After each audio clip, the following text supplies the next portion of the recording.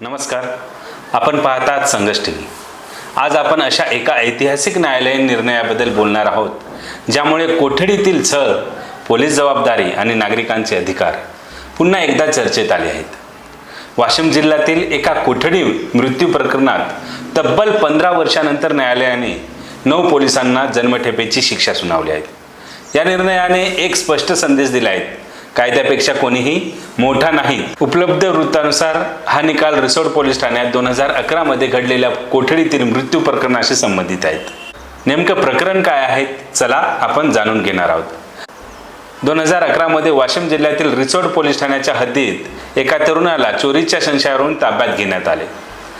आरोप असा होता की गुन्ह्याची कबुली मिळवण्यासाठी त्यांच्यावर कोठडीत अमानुषपणे मारहाण करण्यात आली।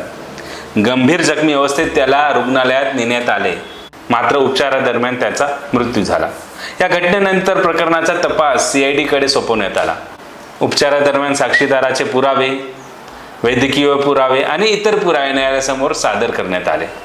आता याबाबत न्यायालयाचा निर्णय काय आला हे सुमारे 15 वर्षांनंतर न्यायालयीन प्रक्रिया सुरू राहिल्यानंतर वाशिम जिल्हा व सत्र न्यायालयाने 9 पोलीस कर्मचाऱ्यांना दोषी ठरवत जन्मठेपेची शिक्षा सुनावली। या निकालानंतर मृत तरुणाच्या कुटुंबाने समाधान व्यक्त केले। कुटुंबियांनी सांगितले की अनेक वर्षाच्या संघर्षानंतर अखेर न्याय मिळाला। या निकालांचं महत्त्व काय आहे, चला आपण आता जाणून घेऊ। निकाल केवळ एका प्रकरणापुरता मर्यादित नाही, तो संपूर्ण न्यायव्यवस्थेला आणि पोलीस यंत्रणेला स्पष्ट संदेश देतो की कोठडीत असलेल्या व्यक्तीचेही मूलभूत अधिकार कायम असतात। चौकशीच्या नावाखाली कोणालाही अमानुष वागणूक देता येत नाही। कायद्याचे उल्लंघन करणाऱ्यांवर ते कोणत्याही पदावर असले तरी कारवाई होऊ शकते। मी याबाबत मागील व्हिडिओ सांगितले आहे की अटक झाल्यास नागरिकांचे अधिकार काय आहेत। प्रत्येक नागरिकाने हे अधिकार जाणून घेतले पाहिजेत। ते अधिकार मी तुम्हाला सांगतो। अटक करण्याचे कारण पोलिसांनी सांगणे बंधनकारक आहे। वकिलांशी संपर्क साधण्याचा अधिकार आरोपीला आहे। कुटुंबियांना अटकेची माहिती देण्याचा अधिकार आहे। 24 तासाच्या आत न्यायालयात हजर करणे आवश्यक आहे। तसेच कोठडीत छळ, मारहाण किंवा जबरदस्तीने कबुली घेणं कायद्याविरोधात गुन्हा आहेत, जसं की या प्रकरणात झालंय। कोठडीत छळ आणि मारहाण, जबरदस्तीने कबुली कायद्यांविरुद्ध आहेत, हे या प्रकरणात आपण साबित केले न्यायालयाने। आणि आवश्यक असल्यास वैद्यकीय तपासणी करून घेण्याचा अधिकार।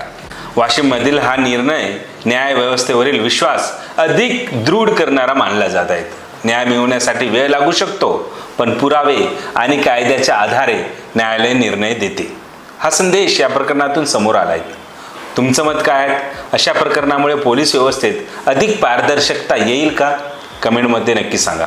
आणि अशाच कायदेशीर माहिती आणि आपल्या नागरिकाच्या अधिकारांसाठी व्हिडिओ बघण्यासाठी आपल्या चॅनलला सबस्क्राईब करा।